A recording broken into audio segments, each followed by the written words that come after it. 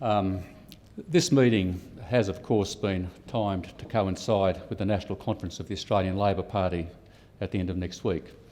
It's designed almost as a last-ditch effort to persuade delegates to the conference to adopt asylum seeker and refugee policies that genuinely reflect Labor values and beliefs, namely that they are fair, just, humane, compassionate, and of course consistent with the law and our international obligations and with human rights. The platform is of course a very important document and one to which the party can and should be held accountable. There are some that will of course argue that the current platform does represent the beliefs and values of the party. I assume too that those delegates to the coming conference who intend to support amendments to the platform, particularly those that have been incorporated in a consultation draft of a new chapter on asylum seekers that has been distributed to members, would be prepared also to argue that the platform and the amendments reflect Labor Party values and beliefs. And I, of course, respect their right to hold those views. I am one member of the ALP, however, that does not believe that our policies and parts of our platform reflect our values and beliefs, or indeed those of Australia. There is, before I detail some of my concerns about the ALP's current responses to asylum seekers, a threshold issue which I think is important.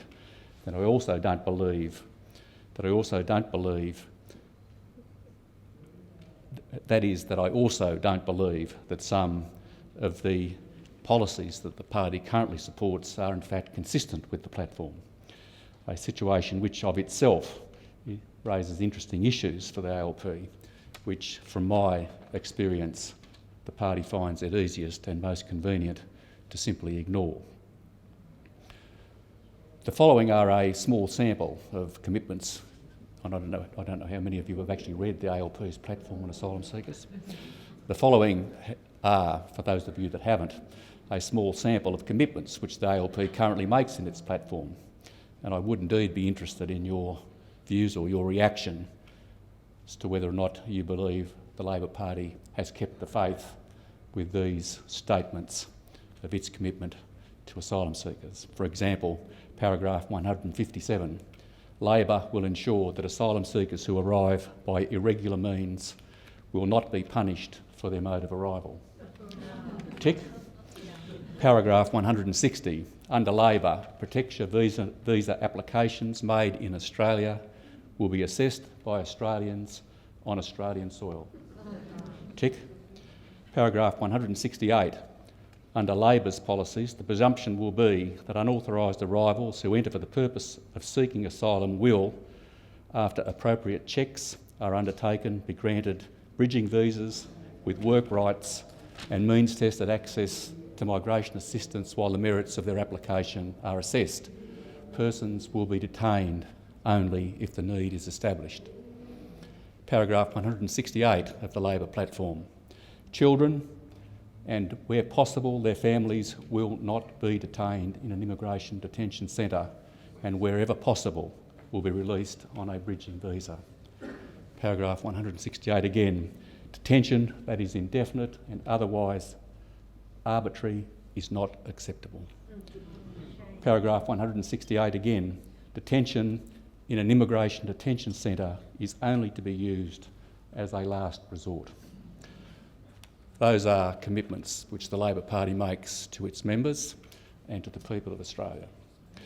The platform also contains explicit commitments to honour the Refugee Convention and all other international obligations that Australia has accepted, as well as to act at all times with humanity and compassion. It all does sound too good to be true, and of course it is. The last Labor government and the current opposition seek to justify current Labor policies by reading down the platform to a point where it applies in effect only to asylum seekers who arrive in Australia by aeroplane. But you almost need to be a lawyer to understand that when you read the platform. The platform contains a provision in paragraph 153 which excises offshore places like Christmas Island, Cocos, Ashmore and Cardia and the Australian coast from Australia. to in effect deem that all asylum seekers who reach Australia or Australian waters by boat are not and are to be deemed never to have in fact arrived in Australia. It's through this deeming provision that Labor re-established offshore processing of asylum seekers arriving by boat and punishes them with indefinite mandatory detention on Manus and Nauru.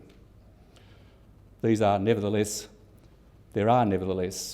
some platform commitments which I believe are so clear in their intent that they cannot be read down even through these deeming provisions. And that's one of the reasons that I say that the platform is being breached by the Labor Party through its current policies. Just to make the point, I'll repeat two of those blunt commitments that are made in the body of the platform. Children will not be detained in an immigration detention centre. Detention that is indefinite or otherwise arbitrary is not acceptable. Interestingly,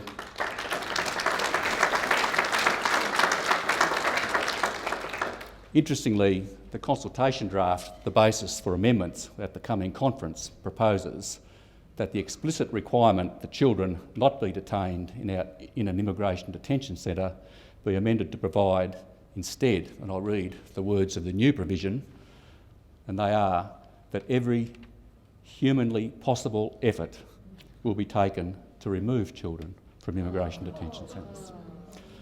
In other words, the explicit opposition to the detention of children becomes a best endeavours exhortation under the proposals that will be put to the conference in a week's time. My major concern with the platform and Labor's position is clearly its support for indefinite mandatory offshore detention. I find in particular the subjection of children to detention under these conditions on Nauru absolutely abhorrent.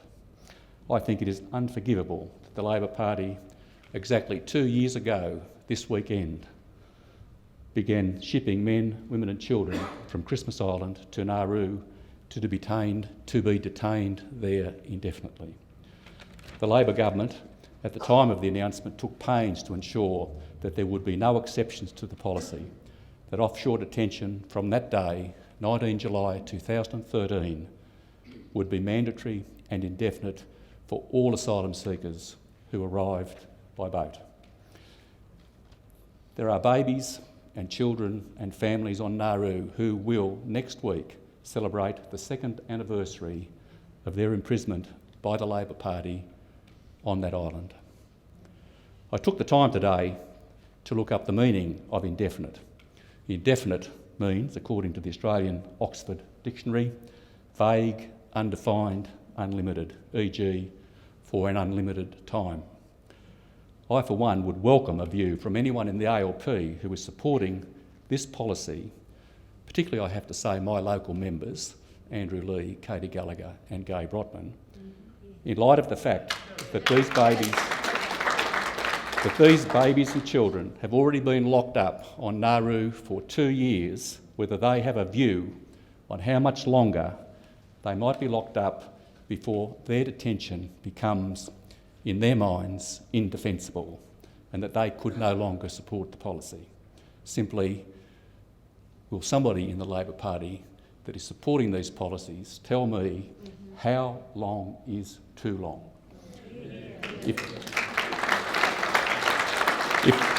If 2 years is not too long, what about 3 years? Is there a limit? Is it 4 years? What is the date? Coincidentally, and life is interesting, the word immediately above the word indefinite in the Oxford Dictionary is indefensible, which you'll be interested to know means cannot be justified or defended. I think locking up a child for 2 years, let alone indefinitely, is indefensible. But apparently the majority of my colleagues in the federal caucus disagree. In the Senate estimates hearings just concluded a month or so ago, I noted in the Canberra Times a report that the Department of Immigration confirmed that one child has been detained continuously in detention for 4 years and 7 months. That child's mother received an adverse ASIO assessment and is detained. And that there is a child, we Australians have kept a child in detention, I think a child under the age of 10, now for 4 years and 8 months.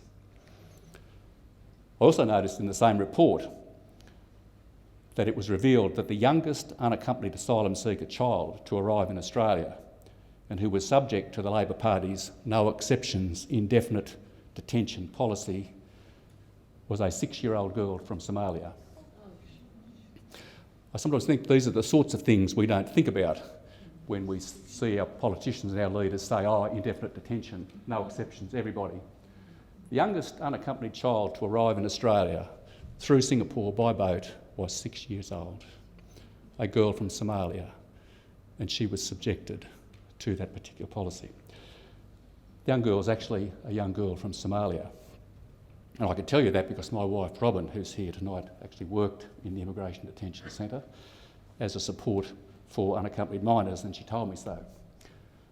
And I've told you that now, and I fear that as a result of the Border Force Act that the Labor Party swept through the Parliament, waved through without objection a few weeks ago, that I might have just subjected Robin to 2 years imprisonment, if the act is retrospective, that is, for actually revealing that detail to me. So I hope, Robin, that you're not visited by the AFP tonight, and if you're taken away, I do promise to visit you.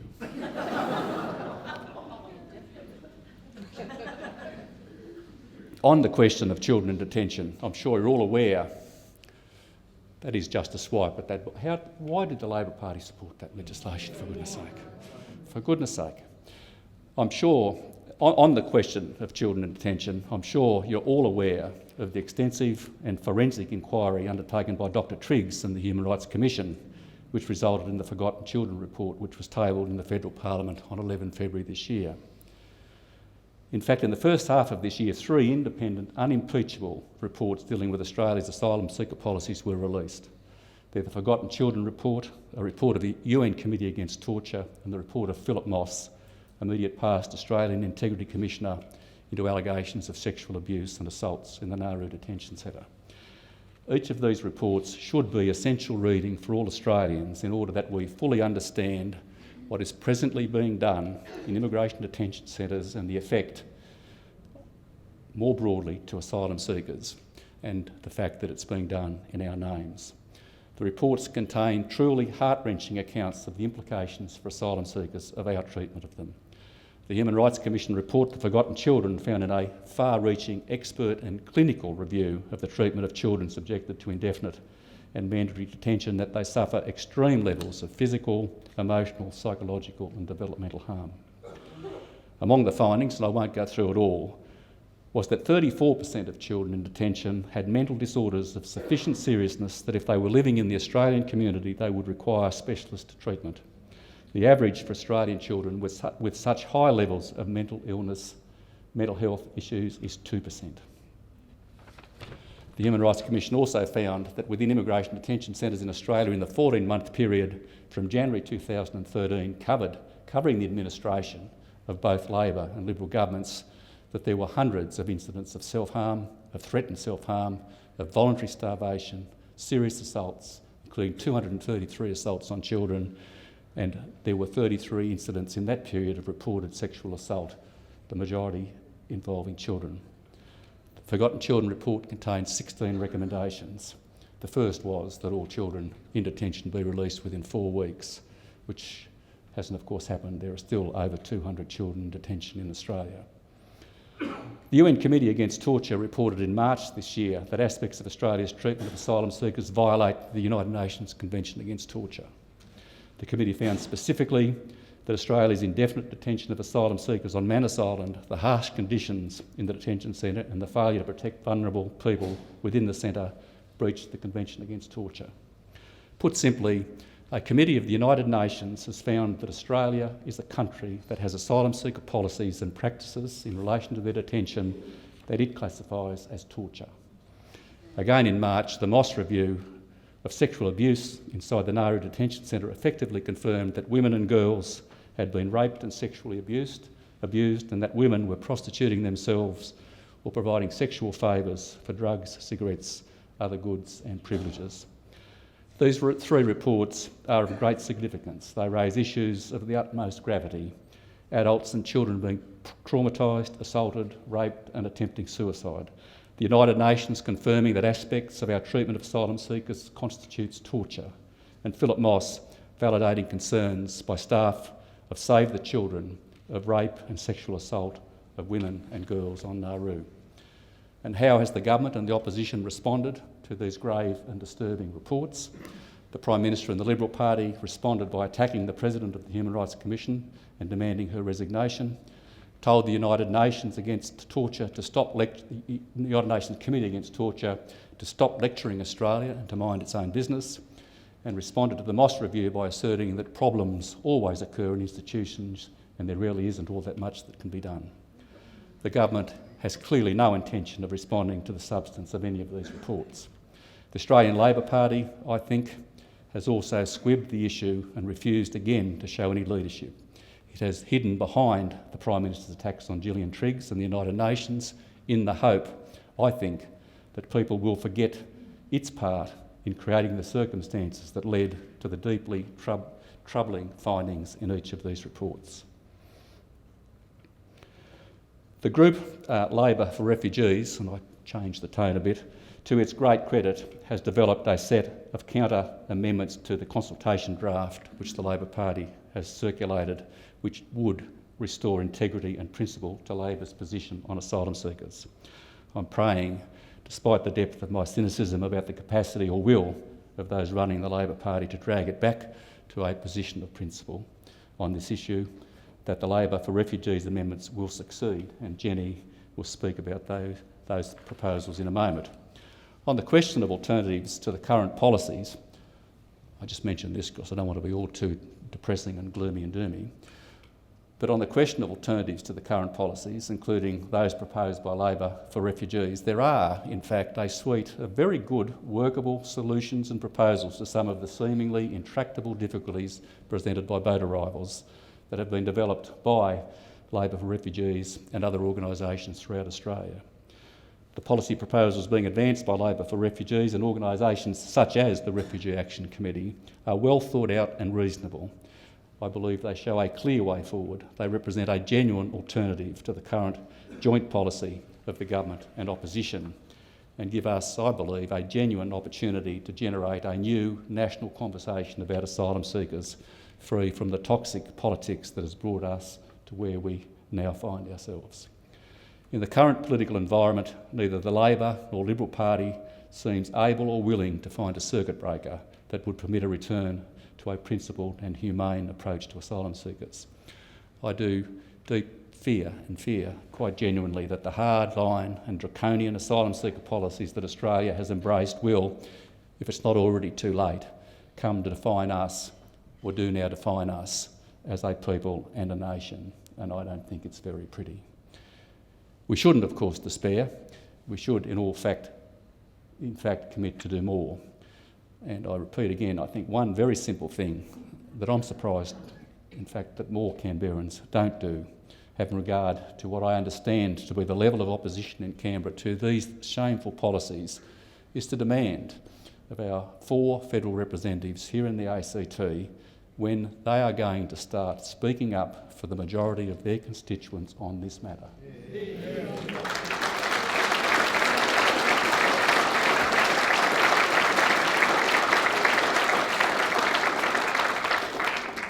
As a next step, however, I do wish to wish those committed, principled members of the ALP who are indeed working hard to achieve change at next week's ALP conference all the best. I do applaud them. There are some very good people in the Labor Party working very hard to seek to ensure that the Labor Party represents through its platform and its policies the values and the beliefs that led them to join the Labor Party in the first place.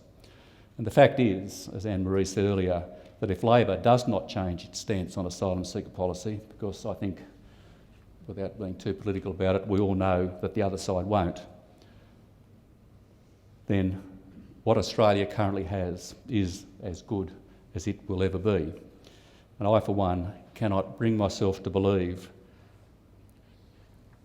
that it's really what any of us want, that what the Labor Party stands for, as I understand it, and what I believe we as Australians think Australia stand for, is not represented by the policies that are currently being pursued in our name in relation to asylum seekers. Thank you.